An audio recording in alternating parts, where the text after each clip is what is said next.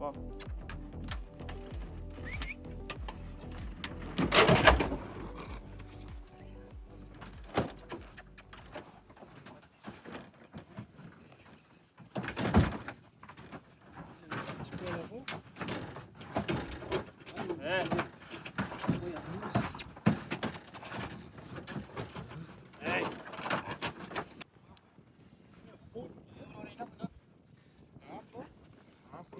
Qo'li kuchuklar.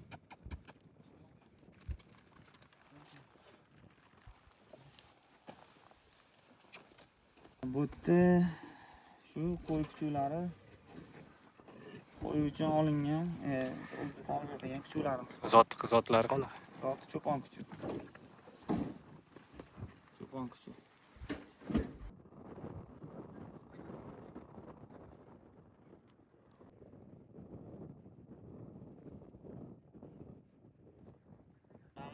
Boqib yuribdi.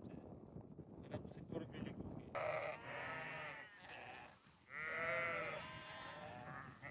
2026-yili 5-aprel kuni qo'ylardan xabar olishga chiqdik.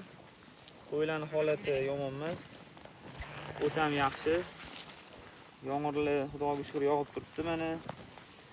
Xudo berdi bu yil yomg'irda ham, o'tdi ham. Qo'ylarning holati yaxshi. Qo'ylar o'zi qilavergan ko'pi. Qo'zilar ham sekin yetilyapti. Endi erkak qo'zilar oldi erkak qo'zilar hozir 3 oylikdan oshdi. Orqasi 2 oylik, 2,5 oylik bo'lib qolgan. Anaqa urg'och qo'zilarimiz, erkak qo'zilarimiz. Xudo xolisi qo'ylardan xabar olish keldi, produktasidan, o'sha cho'ponlardan, suv sovug'idan xabar olib, qo'ylardan xabar olib ketyapmiz. Yomon emas, qo'ylarning holati yaxshi. Fatih Mirzo baraka, fermer xo'jaligi, Sog'liq atari. Hop, hurmatli obunachilar, mana qo'chqor atarimizga chiqib keldik. Bitta qo'chqor o'lib qolibdi kechasi. O'zidan o'zi. Hech qanaqa besabab o'lib qolgan. Sababi nima aytsam, hozir cho'pondan so'radim. Shudringdan deyaptilar. Shudring bo'lishi mumkin deyaptilar.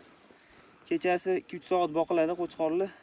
Agar kechasi boqmasangiz, qo'chqor yetilmaydi. Qo'chqor atarimiz Fatih Mirzo baraka fermer xo'jaliginiki. Alohida boqamiz, alohida atar qilib boqamiz. Sog'liq atarlar qo'shmasdan alohida boqiladi. Yaxshi yetiladi. Tartibli qo'chqor qo'yasiz va onasiga sakrab qo'ymaydi, o'zining singlisiga sakrab qo'ymaydi, alohida boqish kerak sabab. Surxondaryoda bunaqa alohida qilib ko'pchilik boqmaydi. O'sha bitta atar qilib aralashtirib ushlab yuradi, qochgani qochiradi, shunaqa qilib qoni buzilib ketadi. Hozir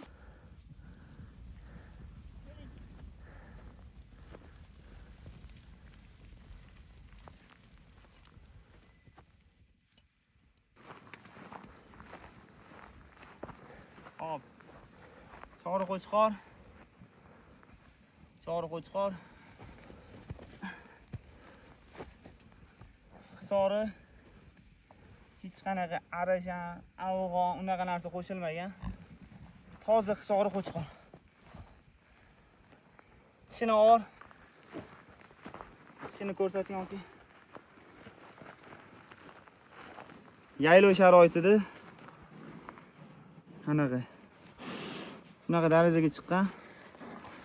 Mana oyoqlari qalinligi mana. Suyaklari. Bunaqadan 5-6 ta bor.